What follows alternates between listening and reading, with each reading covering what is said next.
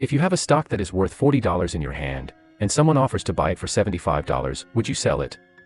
On the other hand, under what circumstances would you offer $75 to buy a stock worth $40? We often hear about companies going private, but what does that mean? Amid all these high-priced acquisitions, who benefits, and who ends up paying the bill? Today's movie, Barbarians at the Gate, tells the story of how RJR Nabisco was privatized and how various interest groups played the game. Ross has been a sales prodigy since he was a child. He can sell anything. It's 1988, and the little newspaper boy has grown up to become the CEO of RJR. The company has two divisions, a tobacco division that produces Camel cigarettes and a food division that produces Oreos, the cookies we all know and love. However, the board of directors believes that the company's stock is severely undervalued and is frustrated that the stock price is not rising. This puts a lot of pressure on CEO Ross. At this time, RJR's stock is worth $40. Recently, someone sued the tobacco industry for causing death, but the jury eventually absolved the industry of responsibility. Ross had hoped to use this legal victory to boost the stock price, but the market had no response. Business Week reported that RJR stock was underperforming because the tobacco division's performance was declining and because management was wasteful, spending shareholders' money. For example, Ross was in the habit of giving waiters a $50 tip, which is typically 10% to 20% of the total bill. At the same time, management spent $12 million building a private airport and had 10 private planes and 26 full-time pilots, costing several million dollars a year, even if only 2 managers were traveling.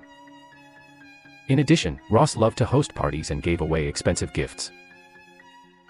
It's difficult to say whether or not the company has made its money back, but the board of directors is not stupid. They put pressure on Ross to find a way to boost the stock price as soon as possible. After all, there are still many big shareholders with stock in the company. Ross is working on a new brand of cigarettes called Premier, and he believes that if the smokeless cigarette is successful, it will cause the stock price to soar.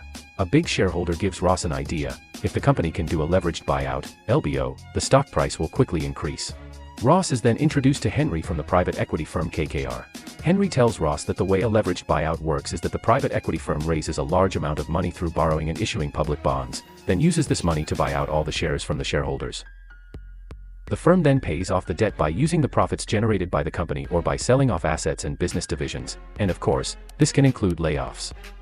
However, RJR has a very good cash flow, with both the tobacco and Oreo food businesses generating a lot of cash, making it a very high-quality asset. Here's something to note: when a public company goes private, the money used to acquire the company is obtained through borrowing against the company, and then the company's income is used to pay the interest.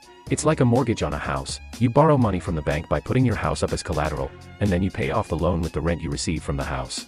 But if you receive more rent than the cost of the loan, you not only get the money from the loan, but you also generate positive income from the rent.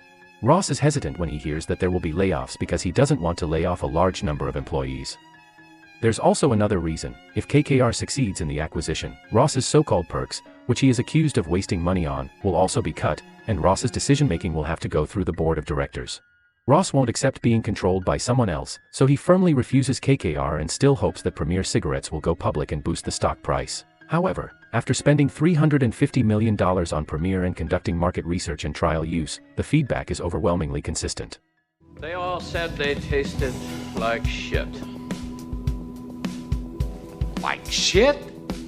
Shit was the consensus, yes sir. The tobacco division had only reported the good news and tried to hide the fact that the research had failed. Ross is furious when he finds out and realizes that it is impossible for Premier to boost the stock price. He has spent $350 million on a pile of crap that no one will accept. Ross has no choice but to start a plan to acquire the company, but he doesn't plan to work with KKR.